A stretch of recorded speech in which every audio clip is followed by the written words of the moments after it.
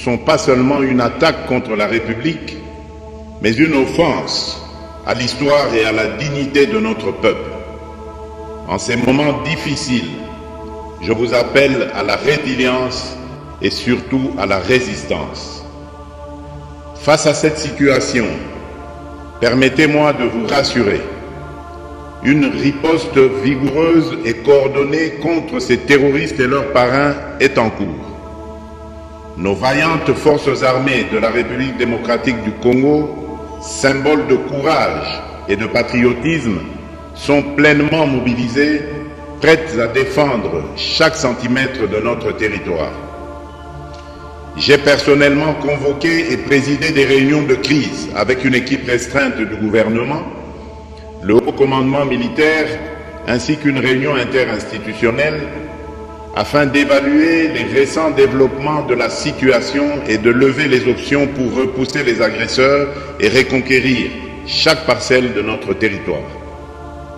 À cet effet, j'ai nommé ce 28 janvier le général-major Évariste Somo Kakule au poste de gouverneur militaire du Nord Kivu pour renforcer la coordination des opérations militaires et restaurer l'autorité de l'État.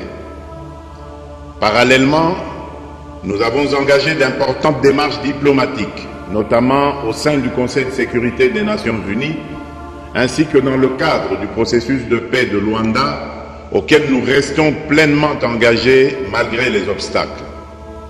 Nous privilégions la voie du dialogue, mais toujours avec lucidité, tout en restant fermement résolus à défendre notre territoire et notre souveraineté par tous les moyens nécessaires. Mais ce combat n'est pas seulement celui des FARDC. C'est le combat de tout un peuple, le combat de notre identité congolaise, afin de léguer aux générations futures un pays prospère et en paix.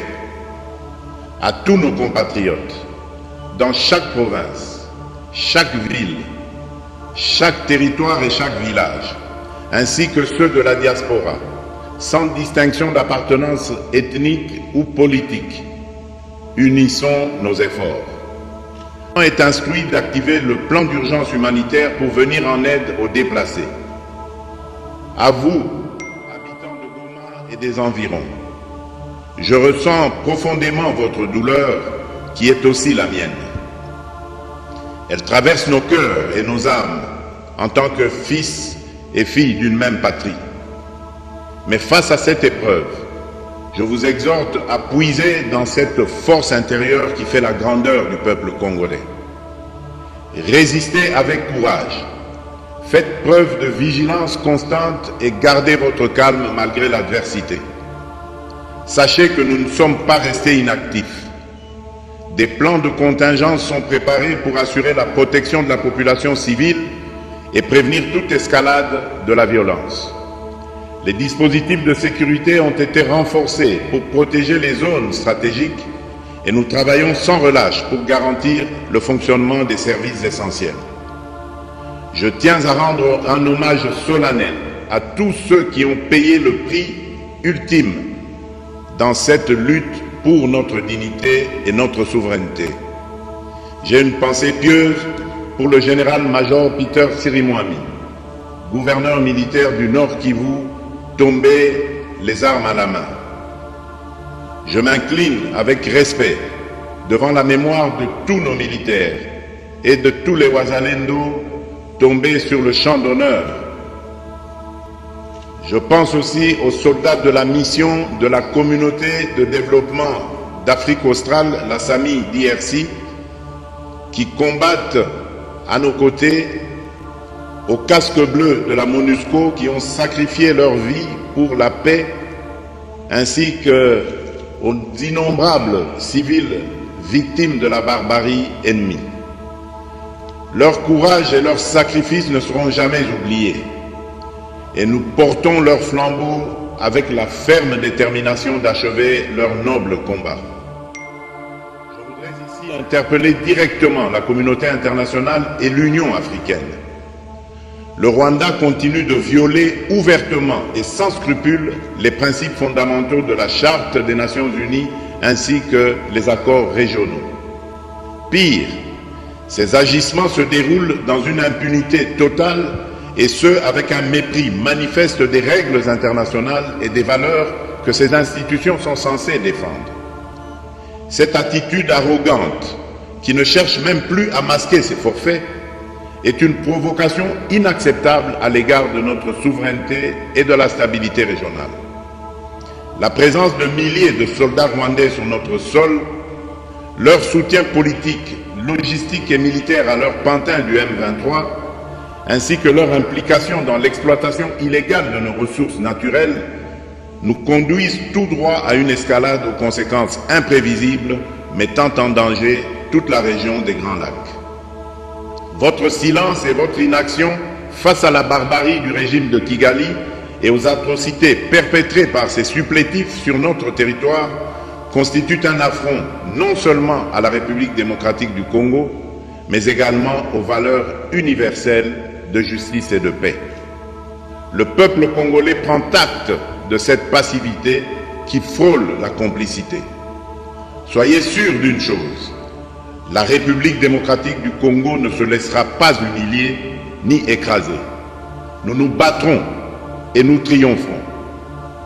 Congolaises et Congolais, l'heure est certainement grave, mais notre détermination est encore plus inébranlable.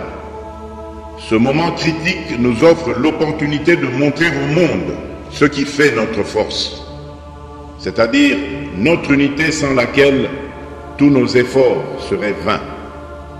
Je vous appelle à être vigilants, mais à ne pas céder à la haine, aux divisions ou à la violence. Je condamne avec la plus grande fermeté les actes de vandalisme et de pillage qui ont visé certaines missions diplomatiques accréditées en République démocratique du Congo, ainsi que des intérêts privés dans la ville de Kinshasa. Ces comportements irresponsables dénaturent l'expression saine de notre colère face à l'agression barbare nous imposée et jettent une ombre sur les manifestations pacifiques de sous-aveugles et par l'anarchie. Cette victoire ne sera possible que si chaque Congolais, où qu'il soit, prend toute la mesure du combat qui est le nôtre. J'appelle donc la nation entière, hommes et femmes, jeunes et vieux, acteurs politiques, opérateurs économiques, membres de la société civile, confessions religieuses, artistes et sportifs à se mobiliser, à faire bloc derrière nos vaillantes forces armées et à contribuer chacun à son niveau à l'effort de guerre. J'ai instruit le gouvernement de mettre en place des mesures rigoureuses de réduction du train de vie des institutions et de leurs animateurs afin que les ressources ainsi économisées soient directement réorientées vers le soutien à nos forces armées. Dans cet effort national, j'en appelle également à la responsabilité du secteur privé qui est invité à contribuer activement à cette cause commune. Nos soldats se battent avec héroïsme pour la défense de notre intégrité territoriale et de notre souveraineté. Ils ont besoin de notre soutien total, qu'il soit moral, matériel ou logistique. À la jeunesse congolaise, pilier et espoir de notre nation, je vous exhorte à répondre massivement à l'appel de la patrie. Le moment est venu de vous lever, de mettre votre énergie et votre créativité au service de la nation. Nous devons renforcer nos rangs et chaque jeune Congolais prêt à défendre son pays a une place au sein de nos forces armées. Enrôlez-vous massivement dans l'armée.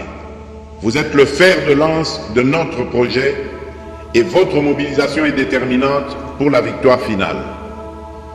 Aux braves populations du Nord Kivu, du Sud Kivu et de l'Ituri, vous êtes le symbole de la résilience congolaise, une source d'inspiration pour toute la nation. Vous n'êtes pas seuls dans cette épreuve. La République tout entière se tient à vos côtés, unis dans l'espoir et la lutte. Ensemble, nous ferons face et surmonterons cette épreuve. À nos vaillantes forces armées et aux vaillants patriotes Wazalendo, véritables sentinelles de la souveraineté nationale, je rends un hommage appuyé et vous exprime au nom de toute la République notre reconnaissance infinie et notre fierté inébranlable. Votre bravoure, votre discipline et votre engagement sans faille inspirent et mobilisent tout un peuple déterminé à défendre son territoire. Sachez-le, la République ne vous abandonnera jamais. Votre combat est le nôtre et vos sacrifices ne seront jamais oubliés. Vous incarnez l'honneur de la nation congolaise. À tous mes compatriotes d'ici et de la diaspora, la République démocratique du Congo ne pliera pas. La République démocratique du Congo ne reculera pas. Je ne vous abandonnerai jamais. J'en fais ici le serment. Le soleil n'a pas cessé de briller sur notre patrie. Ensemble, main dans la main, nous surmonterons cette tempête et nous ouvrirons une ère nouvelle de paix et de prospérité pour les générations futures. Que Dieu bénisse la République démocratique du Congo et son peuple. Je vous remercie.